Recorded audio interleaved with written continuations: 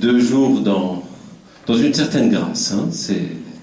C'est un peu unanime dans l'expérience que l'on vit à la croisée des chemins de la beauté et de la miséricorde ici à Ars. Ars est déjà un carrefour de pèlerins et de chemins. Et Ars a la tradition d'accueillir. Le curé d'Ars était un homme émerveillé par la beauté de la miséricorde de Dieu, un grand témoin de la miséricorde à partager avec tous comme du bon pain. Il était ce chef religieux responsable, médiateur créatif de paix, capable de construire des passerelles. C'est ce que le pape François souhaitait à tous les responsables religieux à Assise un mardi. Et on peut dire qu'à cet égard, le patron des curés, du moins de la planète, se doit d'être exemplaire, et il l'est à cet égard. Donc, pour reprendre ces expressions du pape François, chef religieux responsable, médiateur créatif de paix, capable de construire des passerelles. Ces 2 premiers jours, nous nous sommes plongés dans la beauté artistique, inspirée par nos chemins religieux, mystiques différents. Musique, calligraphie, icônes, poésie, photo, théâtre. Une beauté qui ressource, une beauté qui est expression de fécondation mutuelle des grandes religions. C'était en particulier le témoignage de la culture andalouse, hautement représentée ici par Ousmane Albert Abed et Kal Torabuli. Oui, une civilisation plurielle, inspirée par l'amour de Dieu, a été possible pendant plusieurs siècles au Moyen-Âge dans le sud de l'Espagne. Possible et féconde, puisqu'elle a inspiré nos philosophies occidentales, chrétiennes et même nos gastronomies. Fort donc de cette possibilité andalouse de convivencia, sans pour autant l'idéaliser, mais en apprenant aussi de l'histoire de ses échecs et de sa chute, nous passons aujourd'hui, ce dimanche, à un dialogue entre représentants religieux actuels du christianisme, du judaïsme et de l'islam.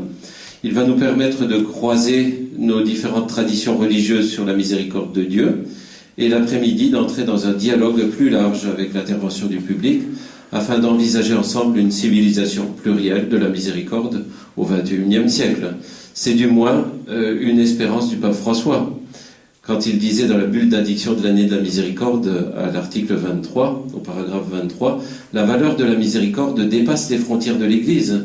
Elle est le lien avec le judaïsme et l'islam qui la considèrent comme un des attributs les plus significatifs de Dieu. » Et il le souhaite, que cette année jubilaire vécue dans la miséricorde favorise la rencontre avec ces religions et les autres nobles traditions religieuses. Que cette année nous rende plus ouverts au dialogue pour mieux nous connaître et mieux nous comprendre. Que cette année chasse toute forme de fermeture et de mépris, qu'elle repousse toute forme de violence et de discrimination. La colombe de la paix, qui est alimentée de 3 huiles différentes, ici à gauche, représente les 3 grandes traditions religieuses et la flamme continue de leur prière vers Dieu pour la paix. Que Dieu nous offre aujourd'hui une vision nouvelle du monde. On ne sait pas si le curé d'Ars a vraiment eu des visions, mais peut-être que nous en aurons une. Qu'il nous offre une vision nouvelle du monde à laquelle consacrer toutes nos énergies. Plus, pour laisser la parole au cardinal, avec un souhait de Christian de Chergé, du prieur de Tibérine, chrétiens et musulmans, nous avons un besoin urgent d'entrer dans la miséricorde mutuelle, et un peu plus loin, la véritable eau vive est celle que nul ne peut faire jaillir ni contenir. Le monde serait moins désert si nous pouvions nous reconnaître une vocation commune, celle de multiplier au passage les fontaines de miséricorde. Ce trésor de Dieu est un pain qui ne se savoure qu'avec la multitude. Eh bien, savourons donc les interventions du cardinal et de Azzedine Gassi sur la miséricorde dans nos traditions.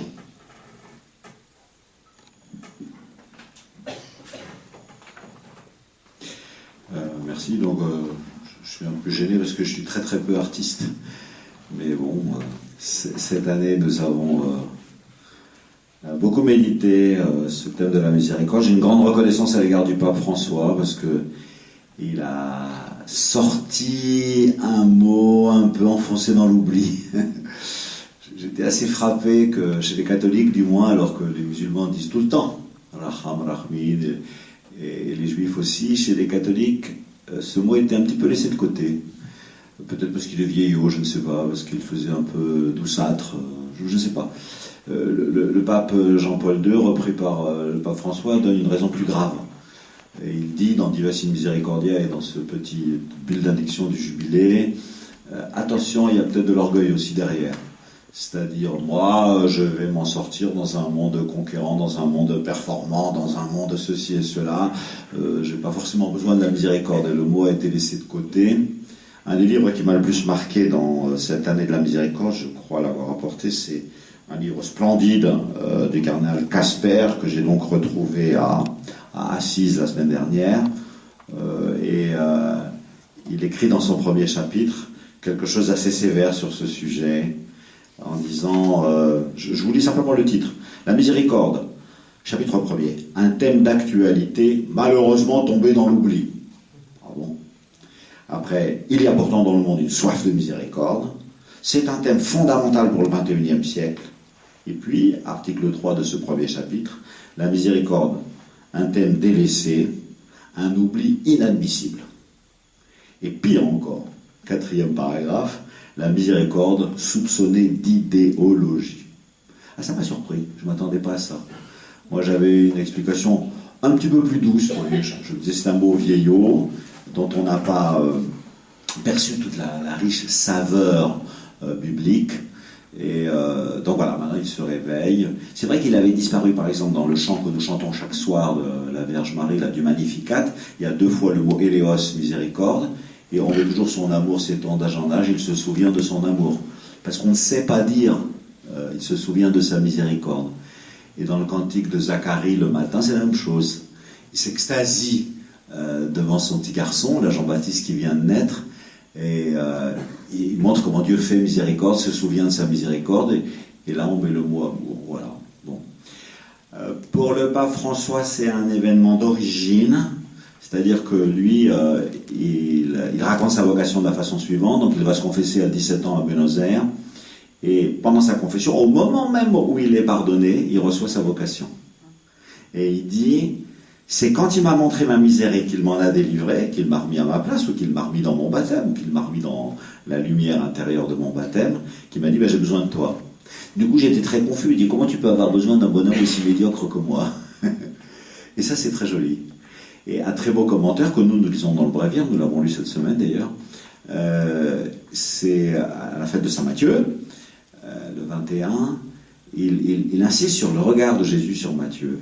Et il dit, il l'a regardé, et il a compris qu'il avait besoin d'être délivré de l'argent, parce que Matthieu, il était dans l'argent, peut-être esclave de l'argent, etc. Il a retiré de l'argent, et quand il lui a fait cette miséricorde de le guérir de cette maladie de l'argent, il l'a appelé, il lui a dit, viens et suis-moi.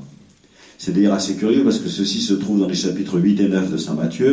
Je ne sais pas si vous les connaissez bien, mais Saint Matthieu il a bien organisé son chapitre. Il a mis toutes les paraboles d'un côté, tous les miracles de l'autre, etc. Donc là, il y a 10 miracles qui se suivent. Donc il a guéri les lépreux, il a guéri un paralytique, il a guéri la belle-mère de Pierre, il a guéri. Et le seul endroit où il dit qu'il est un médecin, ce ne sont pas les bien portants qui ont besoin du médecin, mais c'est les malades. Ben, c'est à propos de Matthieu. Et lui, il ne s'était pas cassé le bras. C'était un malade d'une maladie particulière et assez générale, qui dure pas mal dans les siècles, qui s'appelle la maladie de l'argent. Et le seul moment où Jésus se présente comme médecin, c'est pour guérir quelqu'un de cette maladie assez commune, qui est la maladie de l'argent, qui est une forme d'esclavage, évidemment. En plus, ça tombe dans l'évangile de ce dimanche aujourd'hui, où on voit ce riche qui n'était pas un mauvais bonhomme, mais il était complètement aveugle, il n'avait même pas vu le pauvre Lazare à sa porte. C'est pas que c'était un méchant bougre, c'est qu'il était devenu aveugle, voilà, tout simplement. Et donc, le pape François, c'est tellement important pour lui, cet événement de sa confession à l'âge de 17 ans, qu'il a choisi comme devise quand il est devenu évêque. Ça, c'est assez extraordinaire. Et il a choisi Miserando et Eligendo. Au moment même où il m'a délivré, il m'a appelé. Et il m'a dit, de toute façon, il n'y a que des pauvres pécheurs et des gens médiocres sur la terre, donc je t'appelle parce que j'ai besoin de toi. C'est le même événement qui arrive à Saint-Pierre, vous savez. Après la résurrection de Jésus, Jésus lui dit « Pierre, m'aimes-tu plus que ceci ?» Et à côté, il y a le disciple que Jésus aimait. Alors il fait comme s'il n'avait pas entendu la comparaison, il ne répond même pas au comparatif. Et puis il dit « plus que les autres, surtout, je ne peux pas dire ça. Après que je t'aime, si je t'aimais vraiment, ça se serait vu. Alors comment je vais faire pour lui répondre oui? Et alors au lieu de répondre oui, bien sûr que je t'aime, il dit oui, tu sais que je t'aime quand même. Donc c'est une réponse très très bas de gamme, mais belle, parce qu'il arrive quand même à dire oui. Et tout d'un coup, il voit à côté le disciple que Jésus aimait. Je me tourne vers Massidi, mais ça va peut-être l'offenser. Enfin, je suis sûr que Jésus l'aime beaucoup. Et il dit, et lui, d'un air de dire à Jésus, t'es sûr que tu ne te trompes pas en choisissant moi avec ce que je t'ai fait quand même, parce que je t'ai renié 3 fois. Et tu me choisis moi? Et Jésus le renvoie d'un revers de main. S'il me plaît qu'il demeure jusqu'à ce que je vienne, c'est pas ton problème, toi, suis-moi. Et à ce moment-là, il s'exécute. Ce sont des actes suprêmes de miséricorde, si l'on peut dire. C'est un mot que j'essaie d'écouter de près dans les différentes langues. En français, on est pipé par ce mot, parce que vous avez misère et cœur. Et donc en espagnol, en italien, en portugais, c'est le même mot.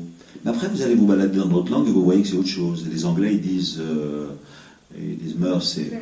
Mercy, c'est la grâce. Ça n'a plus rien à voir. Il n'y a plus le cœur ni la misère. Donc c'est intéressant. Après, quand vous allez regarder tous les mots hébreux de la Bible et tous les mots grecs du Nouveau Testament, rien à voir ni avec misère ni avec cœur. Pourquoi on a traduit ça par miséricorde? Il y a beaucoup de gens qui disent miséricorde c'est très facile, ça se comprend très bien, puisqu'il y a un cœur près de la misère, puis il y a misère et corde. C'est pas si simple. Si vous regardez dans la Bible, c'est pas le cas. Donc c'est un mot qu'il faut vraiment travailler et regarder de près. En allemand, Barmherzigkeit, c'est un cœur qui effectivement prend pitié. Il n'y a plus la misère, mais il y a l'élan du cœur qui prend pitié de l'autre. En polonais, il y a serce, le cœur, miłosierdzia, mais il n'y a pas misère. C'est un cœur rempli d'amour. C'est joli. En fait, le plus beau que je connaisse, c'est la langue qui vous est le plus familière à vous tous, c'est le malgache. Et alors, en malgache, ça c'est très très... Je vous demande pardon, mais comme j'ai vécu 4 ans à Madagascar, c'est plus facile pour moi.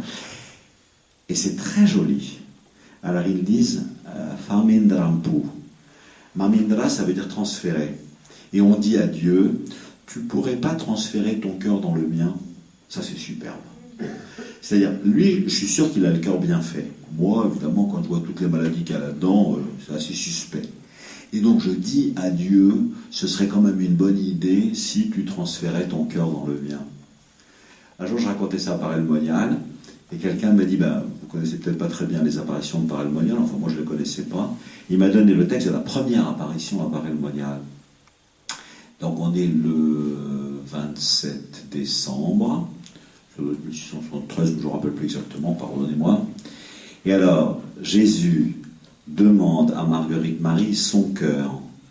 Il le met dans le sien, où il s'engloutit comme un tout petit atome au sein d'une ardente fournaise.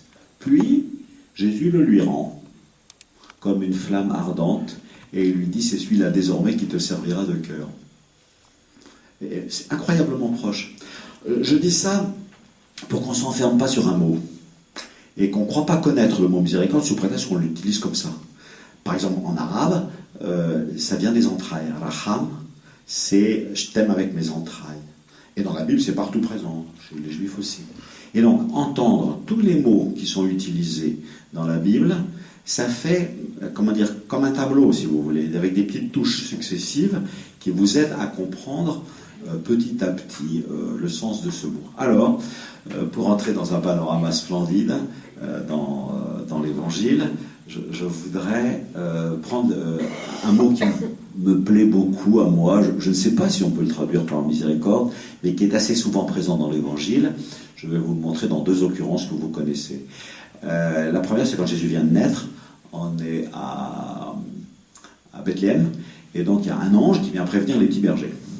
Donc les petits bergers sont dans les champs, et ils lui disent je vous annonce une grande joie pour tout le peuple, aujourd'hui vous est né un sauveur, un petit enfant couché, emmailloté dans une crèche, etc. Donc ils disent on va aller voir ce truc-là. Le mot grec, c'est vraiment ce truc. Et en fait, c'est cette parole, cet événement, cette promesse, cette irruption de Dieu dans notre vie, c'est un mot très très difficile à traduire, qui est assez joli, quoi. Il se lève et il dit il faut qu'on aille voir ça. Mais ça, c'est pas bien. Ça, c'est un truc indéfini, quoi. Et il faudrait arriver à trouver un mot qui arrive à rendre. On va aller voir cet événement, parce que c'est un événement. On va aller voir cette parole. De fait, c'est une parole faite chère. On va aller voir cette irruption de Dieu. On va aller voir, voilà. Bon. Et donc, ils arrivent, ils voient la Sainte Vierge, ils voient Saint Joseph. Elle est assez extraordinaire, elle. Parce que eux, les petits bergers, ils arrivent de voir la Sainte Vierge, qui était quand même concernée par cette naissance. Hein. Et ils la baratinent tout le temps. Et ils lui expliquent tout. Et alors, elle aurait pu leur dire, excusez-moi, mais enfin, la maman, c'est moi. Il y a déjà 9 mois, j'ai vu l'ange. Non. Et blablabla, ils racontent tout ce que les anges leur ont dit. Et elle écoutait tout ça. C'est assez extraordinaire de l'avoir évangélisé par eux. Et donc, quand il y a eu cet ange qui a raconté ça, ensuite il y a une troupe d'anges qui est arrivée, vous savez. Luc 2, 14, je crois. Et la troupe d'anges chante ce que nous chantons à chaque messe. Gloria in excelsis Deo, et pax hominibus bone voluntatis. Donc, un mot incroyablement difficile à traduire, mais pour moi très précieux pour essayer de montrer la beauté, la splendeur de la miséricorde qui arrive. Alors, les hommes de bonne volonté, on traduisait avant. C'est complètement idiot. Parce que Dieu, il aime aussi les hommes de mauvaise volonté, heureusement pour moi.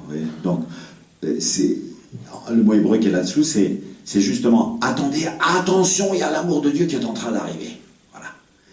Alors, c'est sa bonté, sa bienveillance, son amour. Maintenant, on traduit, gloire à Dieu au plus haut des cieux et paix sur la terre aux hommes qu'il aime.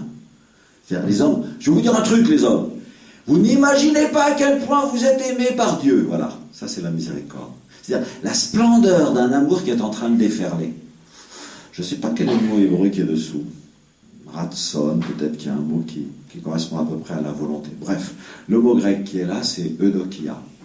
Alors, paix sur la terre aux hommes, parce que les hommes, j'ai une grande nouvelle à vous annoncer, c'est que l'amour de Dieu est en train de déferler sur vous. Ça, pour moi, c'est l'image de la miséricorde. Un fleuve de bonté, une cascade de délicatesse, d'attention, de grâce, d'amour, d'attachement, d'amour paternel, enfin oui, qui arrive sur l'humanité. C'est un peu comme ça qu'à mon avis, on peut décrire la miséricorde. C'est un spectacle splendide. Ouais. Ce petit bonhomme de rien du tout qui vient de naître dans une crèche, celui-là, il va travailler à la gloire de Dieu au plus haut des cieux. Les hommes, ils travaillent tous à leur gloire. Ils s'occupent de leur carrière, de leur gloire, de ceci et de cela. Bon, il y en a quoi, il y a toujours la guerre partout, évidemment, parce que quand je veux de la gloire, de l'argent, des dollars, du pétrole pour moi, ben évidemment, c'est la guerre avec les voisins. Donc, on nous dit, rendez gloire à Dieu au plus haut des cieux et cherchez la gloire de Dieu. Et vous êtes sûr que la paix viendra.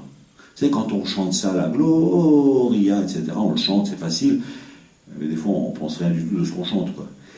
Il ne faudrait pas dire gloire à Dieu au plus haut des cieux et paix sur la terre, il faudrait dire gloire à Dieu au plus haut des cieux, donc, alors viendra la paix sur la terre. Si les hommes cherchent la gloire pour eux, c'est sûr qu'il y aura la guerre. Et s'ils se décident à chercher la gloire de Dieu, alors la conséquence sera la paix sur la terre. J'aimerais qu'on change la traduction du « et », vous voyez, et qu'on mette « donc ». Alors, la paix viendra sur la terre, car ils sont l'objet de sa miséricorde. Donc ce mot grec qui est là, eudokia, c'est un mot que j'ai pisté un peu dans tout l'évangile, parce que je le crois extrêmement important, comme un splendide spectacle, si vous voulez. Petit à petit, l'image que je me suis faite, parce que bon, grâce au pape François, dans cette année, on a travaillé sur la miséricorde, élus, etc. L'image qui m'est venue, c'est celle, d'une cascade. Vous savez, on fait une balade en montagne, on a chaud, etc. Puis d'un coup, il y a une cascade. Alors, on va tous là-dessous, on est content, heureux, comme tout. Ça nous réjouit, ça nous régénère, ça nous ravigote, ça nous refroidit, ça nous relance. Voilà ce qu'elle fait, la miséricorde de Dieu en toi. Je la compare à cela. Bon, c'est une comparaison, qui ne vaut que ce que valent les comparaisons. Et ça, c'est ça qui vraiment peut être le plus important pour un jubilé d'artiste, c'est est-ce que vous voyez la beauté de ce spectacle? Est-ce que vous êtes capable de le dire en poésie, de le chanter en musique, de le représenter en peinture? Voilà. Est-ce que ce spectacle-là peut être donné à voir aux yeux des autres? Alors, je vais vous donner un exemple de quelqu'un qui l'a admirablement vu, c'est la Sainte Vierge Marie. Pour moi, le plus bel hymne à la miséricorde, c'est le Magnificat. On le chante tous les soirs. Quel est son problème à elle? C'est qu'elle se demande pourquoi Dieu est venu chez elle. Il m'a regardé, moi, une toute petite de rien du tout. Il a quand même fallu qu'il cherche, parce que dans les rues de Nazareth, qui était une ville, vous savez que Nazareth est une ville qui n'est même pas citée dans l'Ancien Testament, jamais. Ouais. Donc c'est l'endroit le plus paumé qui soit. avec une jeune fille qui certainement ne devait pas être démonstrative. Bon, le voisin, il devait savoir, c'est la petite Marie, elle est gentille, celle-là, elle est allée chercher l'eau. Enfin bon, ben, jamais personne n'avait fait attention à elle, sauf que Dieu, il a fait attention à lui. Et alors tout d'un coup, l'ange arrive chez elle, elle est bouleversée. Réjouis-toi, pleine de grâce, le Seigneur est avec toi. À cette salutation, elle fut toute bouleversée. Elle se demandait ce que pouvait signifier cette salutation. Donc pour elle, c'est un choc psychologique considérable. Vous voyez. Alors l'ange lui dit, ne crains pas, Marie, tu as trouvé grâce auprès de Dieu. Et après, il lui dit des paroles vachement rassurantes. Tu vas avoir un fils, il sera grand, il sera appelé fils du Très-Haut, etc. Donc elle est encore plus perdue. Vous voyez. Au lieu d'être rassurée, elle est catastrophée. Mais elle garde son audace et sa liberté. Elle dit, mais comment cela se fera-t-il, puisque moi je suis vierge? Donc je demande une explication, monsieur l'ange, quand même, quoi, parce que vous avez des manières de faire qui sont un peu intrusives. Et l'ange lui donne une explication qui n'explique rien du tout. Il sera grand, il sera appelé fils du Très-Haut, son règne n'aura pas de fin. Alors voilà quelque chose qui m'éclaire bien, quoi. Donc pour elle, c'est terrible. Je ne sais pas si on mesure le choc que représente l'irruption de la miséricorde de Dieu dans sa propre vie à elle. C'est-à-dire, je t'ai choisi, toi, pour qu'en toi vienne la miséricorde que j'ai envie de donner au monde entier. En lui, il y aura tout. En lui, j'ai mis tout mon amour. Et c'est toi qui as été choisi pour ça. Heureusement, à la fin, il lui donne un signe qu'elle peut comprendre. Tu sais, ta vieille parente Élisabeth, elle en est à son 6e mois. Alors là, ça va, on peut comprendre, parce qu'un 6e mois, c'est un ventre qui s'arrondit, tout ça. Et l'Évangile dit d'ailleurs, aussitôt, elle prit en hâte la route de la montagne de Judée, elle entra dans la maison de Zacharie, elle salua Élisabeth. Donc, enfin, on lui a donné quelqu'un avec qui elle pouvait parler. Elle va là-bas, et incroyable, elle s'aperçoit que c'est vrai. Comment ai-je cette joie que la mère de mon Seigneur vienne jusqu'à moi? Elle voit bien qu'Élisabeth est enceinte, et Élisabeth lui dit, au-dedans de toi, tu as Dieu. Au-dedans de toi, tu as mon Seigneur. Comment ai-je cette joie que la mère de mon Seigneur? Alors lui, il est là depuis 2 jours, hein. Peut-être 3 si la route est longue, enfin, vous voyez. Donc, comment ai-je cette joie que la mère de mon Seigneur vienne jusqu'à moi? À peine es-tu arrivé que l'enfant a tressailli de joie au-dedans de moi. C'est-à-dire Jean-Baptiste a reconnu le Sauveur du monde. Et alors là, elle explose. Ouais. Il faut entendre le Magnificat comme une explosion. C'est idiot qu'on dise mon âme exalte le Seigneur, parce que exalte, c'est un mot qu'on n'utilise jamais, qui n'a aucun sens. Ouais. Il faudrait dire, c'est incroyable comme il est grand. Regardez ce qu'il vient de faire en faisant irruption dans la ville d'Élisabeth. Et moi, il m'a choisi. Alors c'est là qu'elle chante son Magnificat. Il a jeté son regard sur moi dans mon humiliation, ouais, sur l'humilité de sa servante. Et c'est fou, quoi, ce qu'il vient de faire. Et alors, elle dit, mais bon, elle est très préoccupée, encombrée par cette question. Comment ça se fait qu'il m'a choisi moi? Et là où on voit qu'elle est merveilleuse, c'est qu'elle disparaît dans la miséricorde de Dieu. Pourquoi il a fait ça pour moi? Eh bien, il a fait ça pour moi parce qu'il a toujours fait comme ça avec tout le monde. Et c'est là que vient cette phrase qui, pour moi, est splendide. Un jour, vous allez me pardonner ça, j'interroge la Sainte Vierge dans la prière, puis je lui dis... est-ce que vous voulez bien résumer la Bible en une seule phrase? Et alors elle me dit, t'as qu'à regarder le Magnificat, quoi. Et dans le Magnificat, il y a cette phrase qui, à mon avis, est le résumé de toute la Bible par elle. Sa miséricorde s'étend d'âge en âge. C'est pour ça que je ne suis pas content qu'on mette son amour s'étend d'âge en âge. Bien sûr, l'amour, c'est très bien, quoi, mais l'amour, c'est un concept valise. Donc dans amour, il y a tout. Et là, le mot qui est utilisé, c'est Éléos. Sa miséricorde s'étend d'âge en âge. Et bien après... elle ne parle plus jamais d'elle. Elle a disparu dans la miséricorde de Dieu. Ça, c'est splendide. Elle a disparu. Il a déployé la force de son bras. Ouais. Il renverse les puissants de leur trône. Il élève les humbles. Il comble le bien les affamés. Il renvoie les riches les mains vides. Et il prend en main son garçon Israël parce qu'il a un petit peu de mal avec Israël. Mais c'est comme ça, etc. Superbe. Ce que je trouve superbe, c'est qu'elle a disparu dans la miséricorde de Dieu. Voilà. Et après, le sujet, c'est seulement il. Il y a des gens qui pensent qu'il est méchant avec les méchants et gentil avec les gentils. Pas du tout. Dieu, il est miséricordieux avec tout le monde. Donc, quand il casse l'orgueil des orgueilleux, c'est justement parce qu'il les aime. Quand il renvoie les riches les mains vides, c'est parce qu'ils n'ont jamais eu les mains vides et ça leur fait du bien d'avoir les mains vides. Donc, c'est par amour pour eux qu'il élève ceux qui ont été abaissés, qu'il donne à manger à ceux qui ont faim et qu'il casse l'orgueil des orgueilleux pour qu'ils arrivent à retrouver leur humanité. Il n'est que miséricorde. Dieu n'est que miséricorde. Voilà. Et donc, elle est en train de nous décrire comment elle a lu la Bible, parce qu'elle la connaît la Bible évidemment comme une jeune juive. Et donc elle nous résume la Bible avec ces 6 petites phrases-là. Il renverse les potentats de leur trône, il élève les simples, il comble de bien les affamés. Et elle nous décrit la beauté de la miséricorde de Dieu qui est en train d'arriver sur le monde. Eh bien, plus loin dans le même évangile de Saint Luc, il y a un passage que moi j'appelle le Magnificat de Jésus. Un Magnificat, c'est, toi tu sors et tu dis, oh, qu'est-ce qu'il est grand Dieu. C'est-à-dire tu contemples la grandeur de Dieu. Et tu vois la grandeur de Dieu qui arrive chez toi. Et c'est une grandeur qui n'est que amour. Qui fait attention à toutes les petitesses. Moi, une petite servante de rien du tout. Les affamés, les humiliés, les ceci et les cela. Et même ceux qui sont prisonniers de leur orgueil, de leur richesse, essayer de leur trouver un chemin qui les ouvrira, qui transformera leur cœur et qui les ouvrira à de l'amour, quoi. Et peut-être connaissez-vous ce passage, donc c'est dans Saint Luc au chapitre 10. Jésus avait envoyé les 72 disciples. Donc ils sont partis en mission donnée par Jésus, qui leur avait donné ses consignes, tout ça c'est très bien, ils ont fait le boulot, ils reviennent et ils rendent compte de leur mission, ce qui est quand même bien. Et quand ils rendent compte de leur mission, ils arrivent tout joyeux, les 72 reviennent tout joyeux, et ils disent, même les démons nous étaient soumis en ton nom, ça a marché quoi, ce qu'on a fait. Jésus n'est pas très content. Pourtant, ils ont été envoyés en mission, ils ont obéi, ils viennent de rendre compte de leur mission, c'est pas mal. Sauf qu'ils sont un peu orgueilleux quoi. Ils se vantent. Même les démons, j'ai chassé 3-4 démons, moi tout seul, et les démons, je me dis ça, il est parti. Et alors on voit Jésus un peu... C'est difficile de dire le ton sur lequel.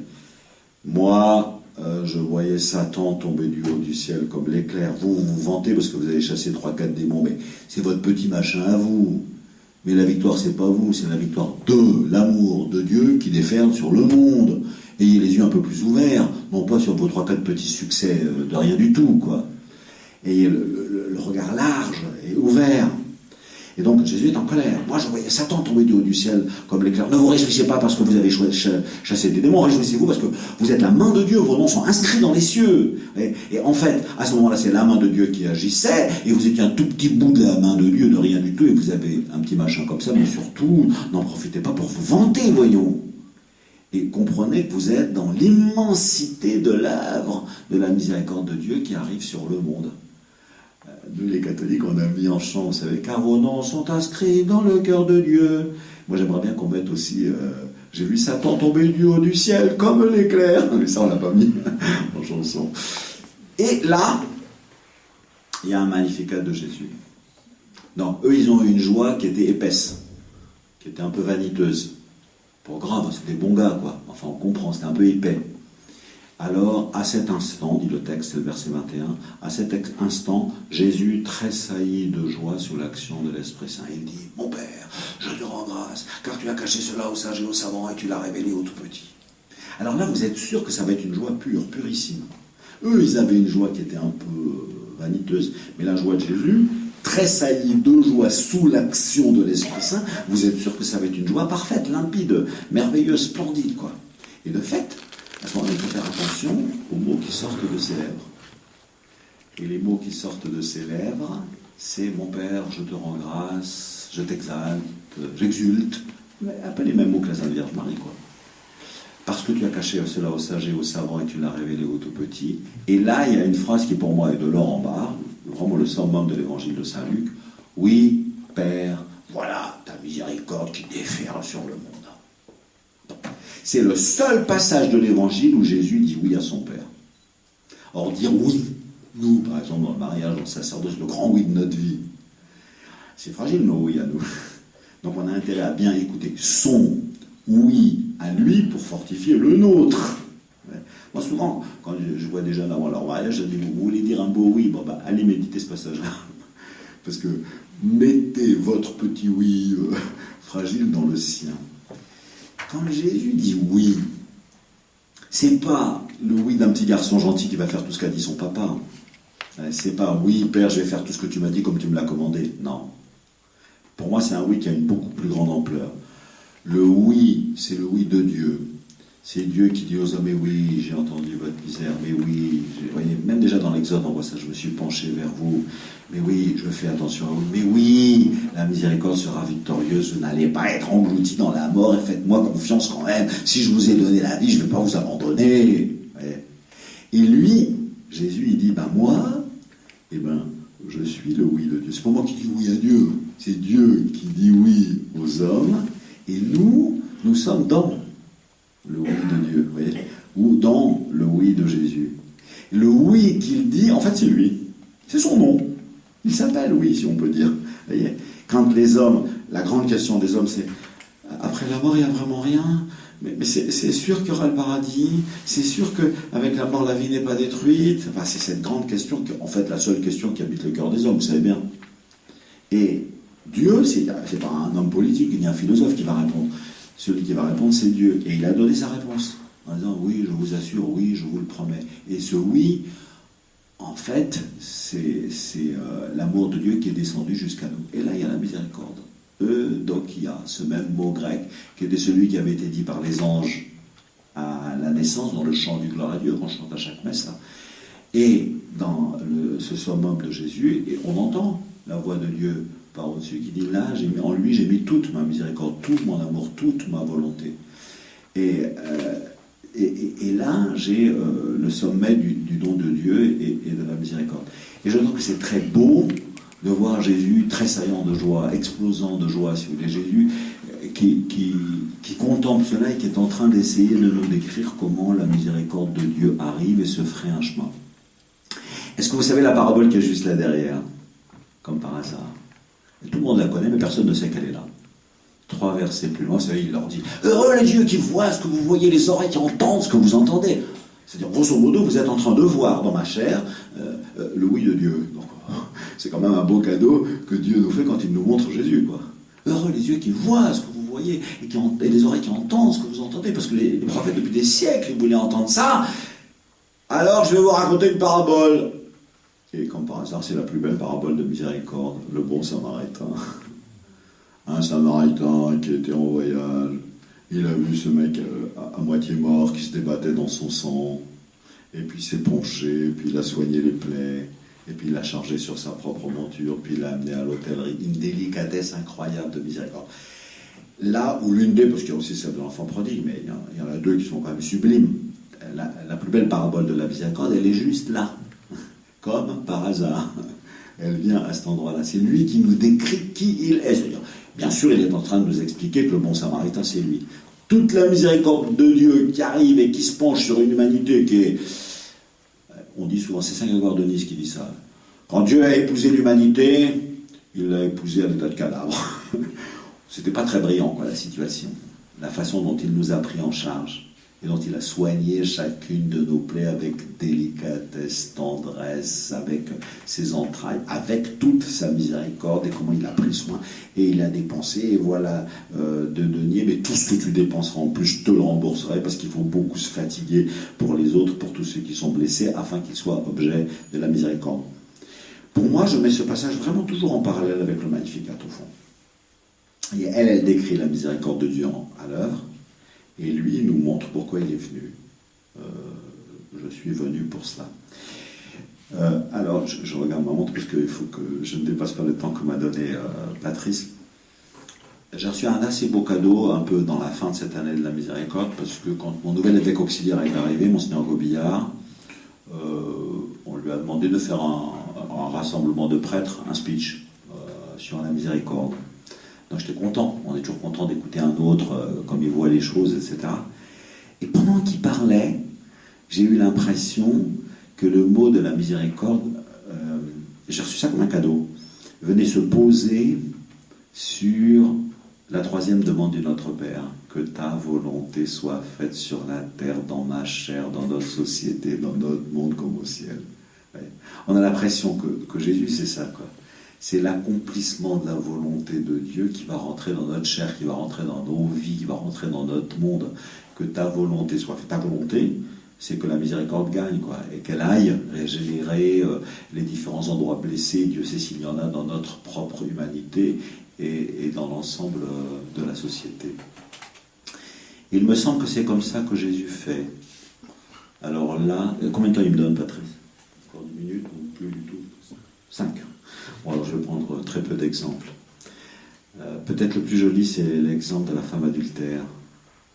Donc ils arrivent, ces zèbres-là, avec la loi. Cette femme a été prise en flagrant délit d'adultère. Bon, il y a probablement un bonhomme dans l'affaire, quoi. Alors pourquoi il n'est pas venu, lui? Enfin bon, ça c'est une autre question.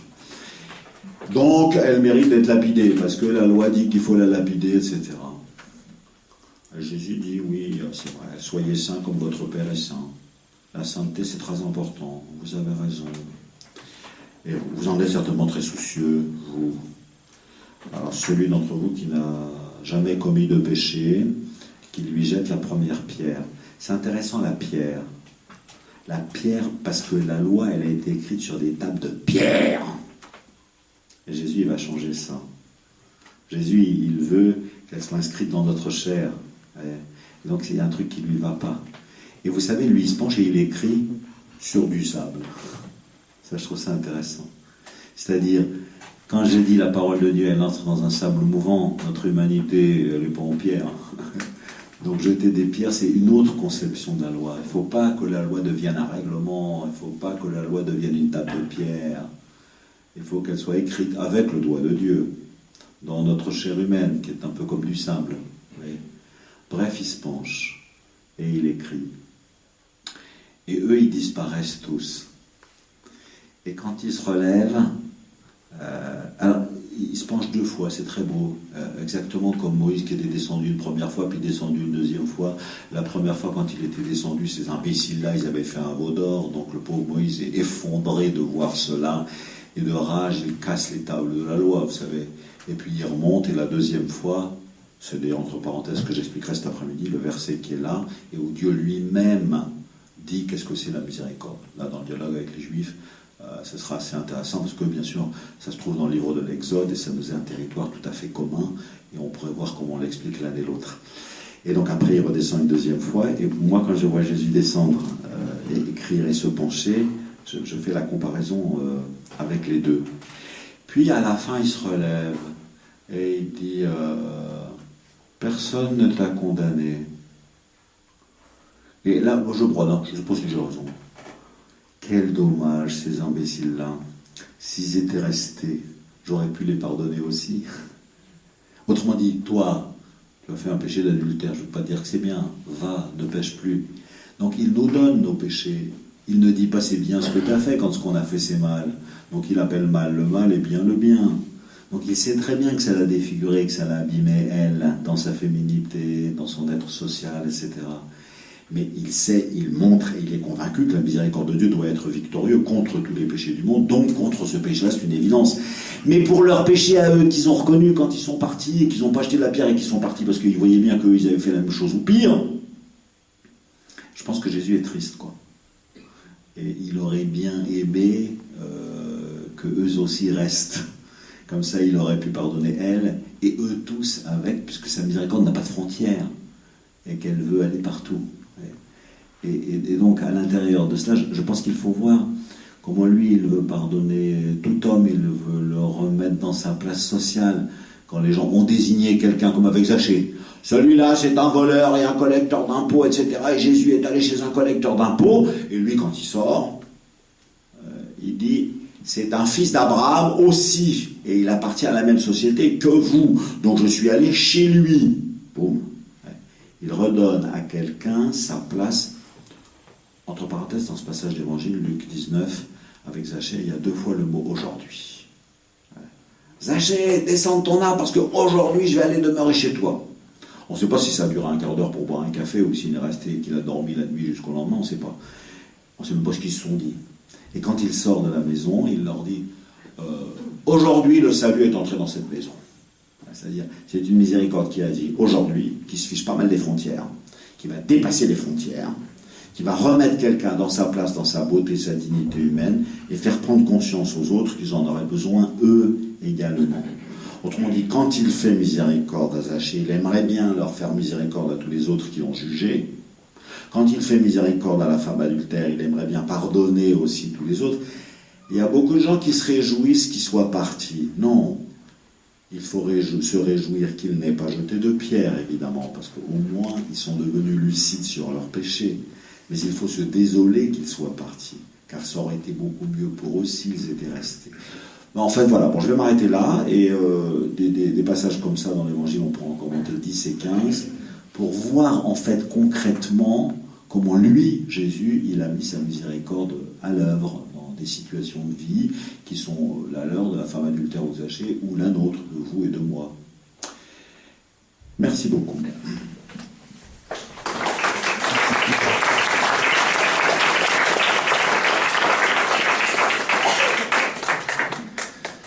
Azzedine Gassi est recteur de la mosquée de Villeurbanne. Il a été président du conseil régional du culte musulman. Il a été un peu, à l'origine de ce pèlerinage à Tibérine, un pèlerinage interreligieux pour demander la miséricorde et la paix de Dieu. Il connaît bien la miséricorde, donc nous lui laissons la parole.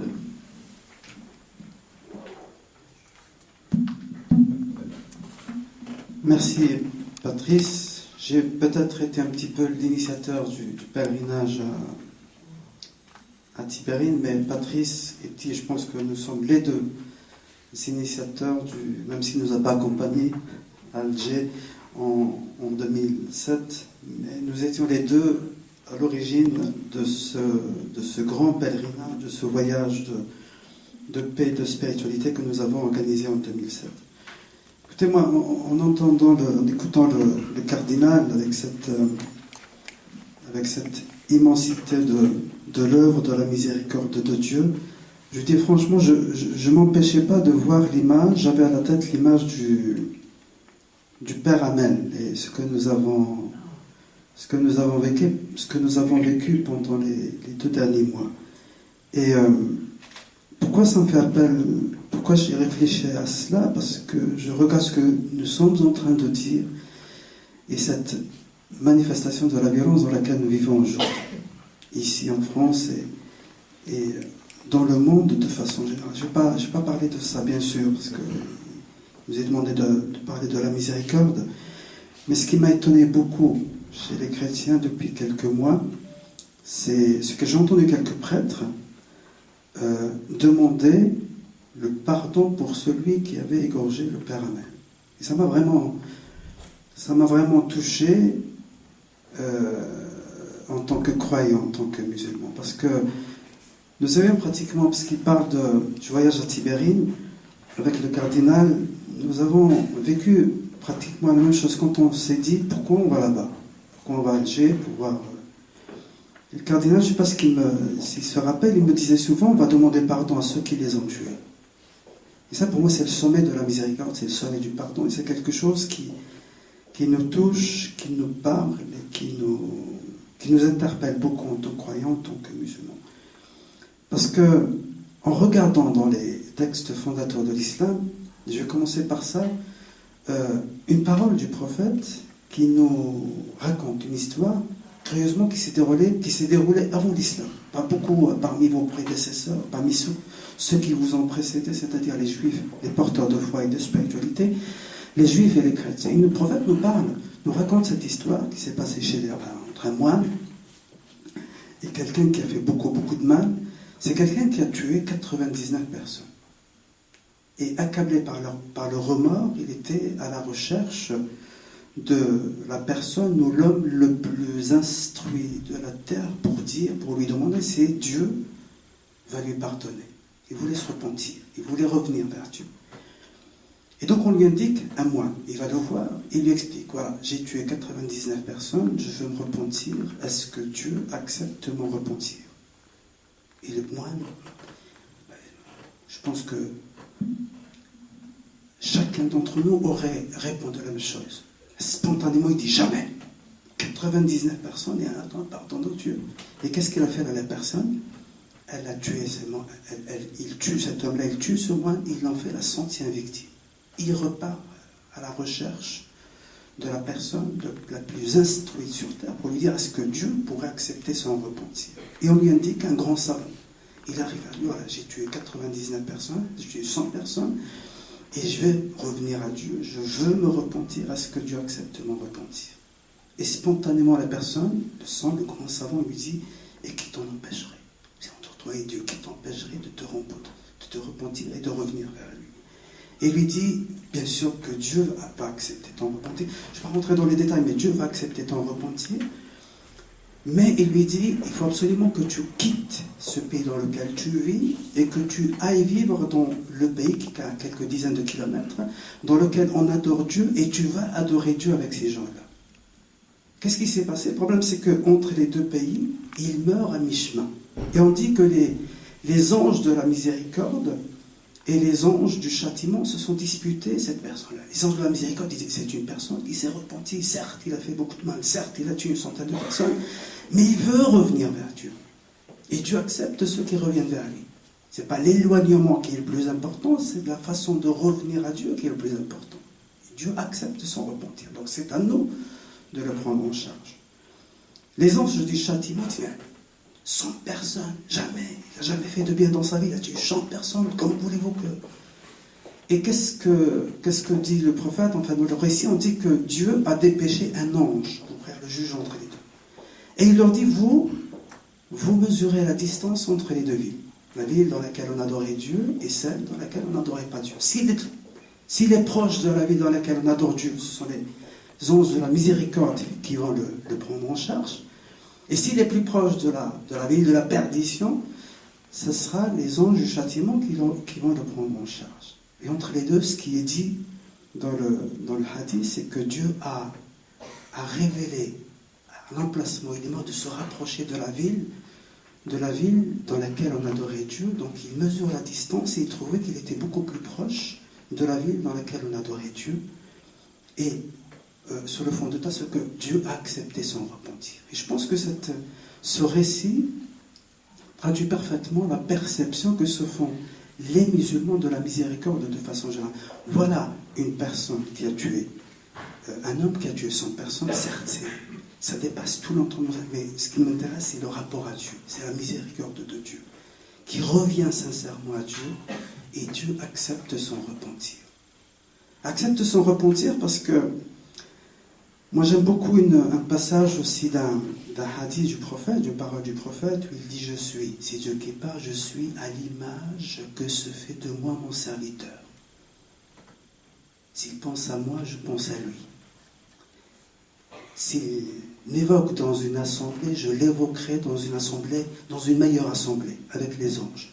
S'il s'approche de moi d'un coudé, je m'approcherai de lui de 2 coudées. S'il vient à moi en marchant, je vais à lui en courant.